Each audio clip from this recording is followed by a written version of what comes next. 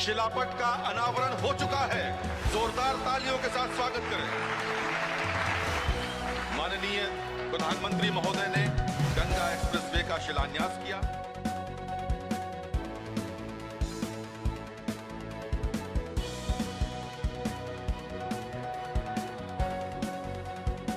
पश्चिमी उत्तर प्रदेश को पूर्वी उत्तर प्रदेश से जोड़ेगा, उसमें सेतु का कार्य करेगा।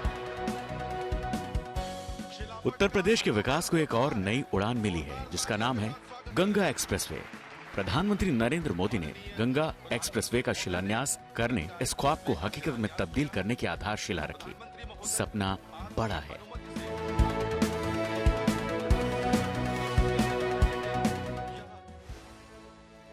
क्योंकि जिस दिन ये एक्सप्रेसवे तैयार होगा, ये आबादी में देश के सबसे बड़े प्रदेश का सबसे बड़ा एक्सप्रेसवे होगा। ये वो सड़क होगी जो फासलों के साथ दो इलाकों की सांस्कृतिक दूरियों को भी कम करेगी।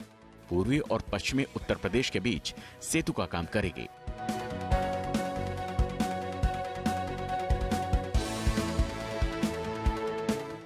जब प्रधानमंट्री मोदी ने गंगा एक्सप्रेसवे का शिलान्यास किया, तो इसकी अहमियत को भी जनता को बताया। आपका समय ट्रैफिक जाम में बर्बाद नहीं होगा।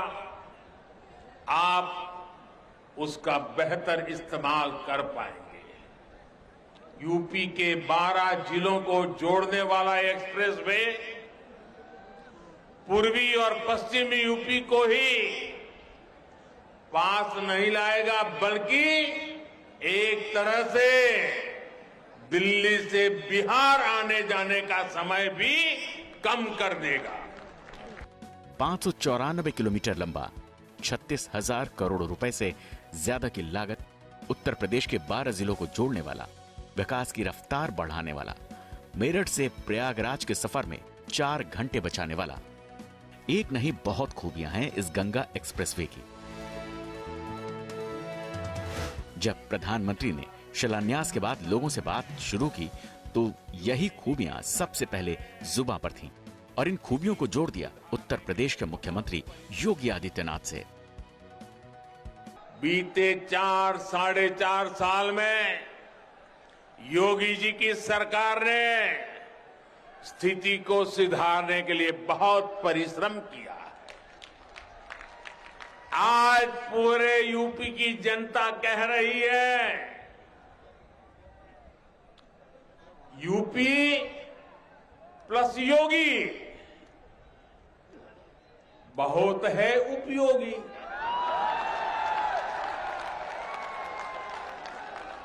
यूपी प्लस योगी बहुत है। बात केवल विकास की नहीं है। उत्तर प्रदेश के विधानसभा चुनाव होने में कुछ ही महीने बाकी हैं।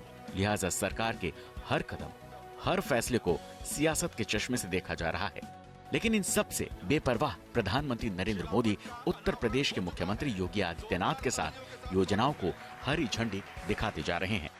डबल इंजन की सरकार का फोकस यूपी के विकास पर है। सबका साथ, सबका विकास, सबका विश्वास और सबका प्रयास के मंत्र के साथ हम यूपी के विकास के लिए जी जान से जुटे हैं, ईमानदारी से प्रयास कर रहे हैं। पहले ताज और यमुना एक्सप्रेसवे, फिर पूर्वी उत्तर प्रदेश के लिए पूर्वांचल एक्सप्रेसवे, पश्चिमी उत्तर प्रदेश के लिए गंगा एक्सप्रेसवे, बुंदेलखंड एक्सप्रेसवे का काम चल रहा है। जिस दिन सड़कों का ये जाल तैयार हो जाएगा, तब दिल्ली से उत्तर प्रदेश के किसी भी कोने में जाने से पहले कुछ भी सोचने की जरूरत नहीं। हकीकत यही है कि उत्तर प्रदेश अब एक्सप्रेसवे के मामले में देश के विकसित राज्यों की कतार में खड़े होने की कगार पर है। देश भर में कहीं भी गाड़ी की चोरी हो, वो कटने के लिए, गलत इस्तेमाल के लिए मेरठ के सोतीगंज ही आती थी। दशकों से ऐसा ही चला जा रहा था। जो चोरी की गाड़ियों की कटाई के आका थे, उन पर कार्रवाई की पहले की सरकारों को हिम्मत ही नहीं होती थी। ये काम भी अब दमदार योगी जी की सरकार और स्थानीय प्रशासन ने किया।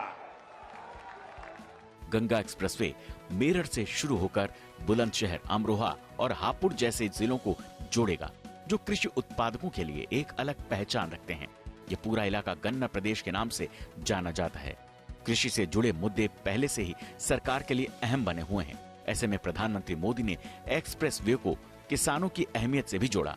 जब ये एक्सप्रेसवे तैयार हो जाएगा तो इसके आसपास उद्योगों का एक बहुत बड़ा क्लस्टर तैयार होगा, जो यहाँ के किसानों के लिए, पशुपालकों के लिए तो नए अवसर बनाएगा ही, यहाँ के एमएसएमई के लिए, लघु उद्योग के लिए भी नई संभावनाएं तैयार करेगा।